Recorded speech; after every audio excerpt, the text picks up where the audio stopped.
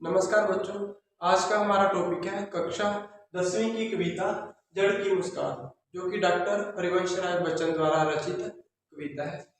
सबसे पहले हम करते हैं प्रसंग। प्रस्तुत पंक्तियां हमारी हिंदी की पाठ्य पुस्तक कविता जड़ की मुस्कान में से ली गई हैं, जिसके रचयिता डॉक्टर हरिवंश राय बच्चन जी हैं। इसमें कवि ने वृक्ष के होने और ना होने में जड़ की महत्ता को स्पष्ट किया है। अब हम करेंगे इसकी व्याख्या। एक दिन तने ने भी कहा था जड़।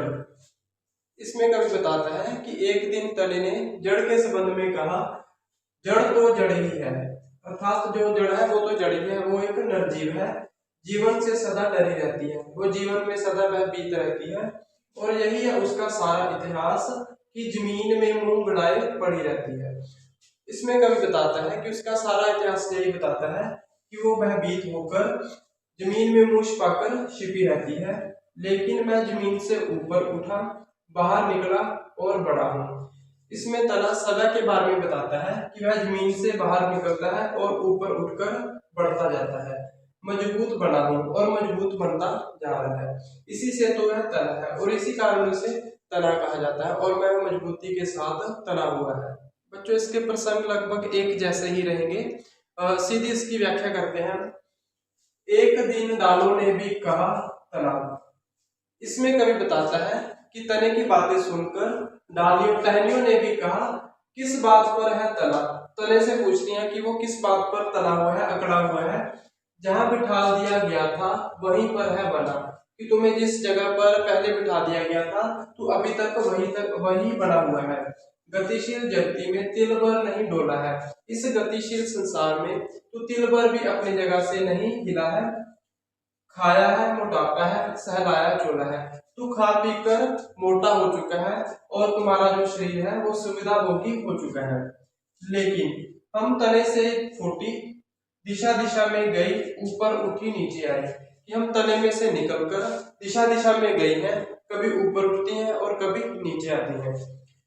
हर हवा के लिए डोल बनी लहराई, वो हर हवा के झोंके के साथ झूमती है और लहराती है, इसी से तो वह डाल कहलाई। थर्ड की व्याख्या में हम लिखते हैं, एक दिन पत्तियों ने भी कहा था डाल। इसमें कवि कहता है कि एक दिन डालियों की बातें सुनकर पत्तियों ने भी कहा डाल में क्या है कमाल। क्वेश्चन मार्क है ना, पूछती हैं कि डालियों में क्या विशेषता है। माना वह झूमी झुकी डोली है। वो कहते हैं कि हम मानते हैं कि वह झूमती है, झुकती है और हिलती है, परंतु ध्वनि प्रधान दुनिया में एक शब्द भी वह कभी बोली है। वो क्वेश्चन मार्क फिर से पूछती है कि इस आवाज भरी दुनिया में, आवाज भरे संसार में वह कभी एक शब्द भी कभी वह बोली है। लेकिन हम हर हर स्वर करती हैं। इसमें वो समय के बारे में कहती हैं कि जब पत्ते आपस में टकराते हैं तो उनमें से हर हर की आवाज आती है, मरमर स्वर मरमरा बरती है। वो कहते हैं कि जब पत्ते आपस में टकराते हैं तो उनकी खटखटाहट की आवाज से सारा वातावरण भर जाता है। नूतन हर वर्ष हुई, वो हर वर्ष नया स्वरूप धारण करती हैं। पतझड़ में जड़, जो कि पतझड़ में जड़ जाता है।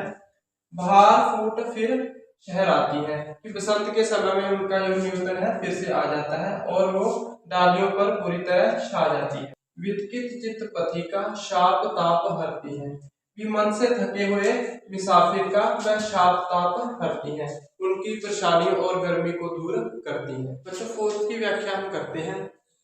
एक दिन फूलों ने भी कहा था। अब तना डालियों और पत्तियों के बाद फूल कहते हैं पत्तियों ने क्या किया। क्वेश्चन मार्क में पूछते हैं कि भला पत्तियों ने किया ही क्या है। संख्या के बल पर बस डालों को छाप लिया। अब फूल कहते हैं कि अधिक संख्या होने के कारण वह केवल डालों को ही ढक रही है, डालों के बल पर ही चल चपल रही है। फूल कहते हैं कि केवल डालों के बल पर ही वह हिलती डुलती है, हवाओं के बल पर ही मचल रही है, कि केवल हवाओं के कारण ही वह चहल पहल करती है। लेकिन हम अपने से खुले खिले फुले हैं। इसमें फूल कहते हैं कि वह खुद ही स्वयं ही फूले हैं, खिले हैं और फले हैं।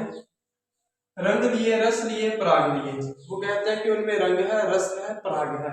पराग होता है फूल के बीच मधुर रस को पराग कहा जाता है।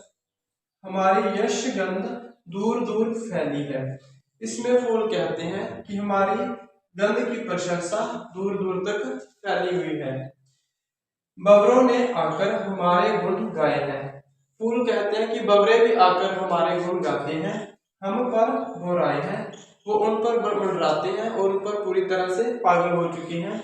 सबकी सुन पाई है जड़ मुस्कुराई, परंतु इन सब की बातें सुनने के बाद जड़ मुस्कुराती है, क्योंकि वह जानती है कि जड़ के बिना तना, डालियां, पत्तियों और फूलों का कोई अस्तित्व ही नहीं होगा, क्योंकि जड़ के कारण ही वह सभी फल फूल रहे हैं।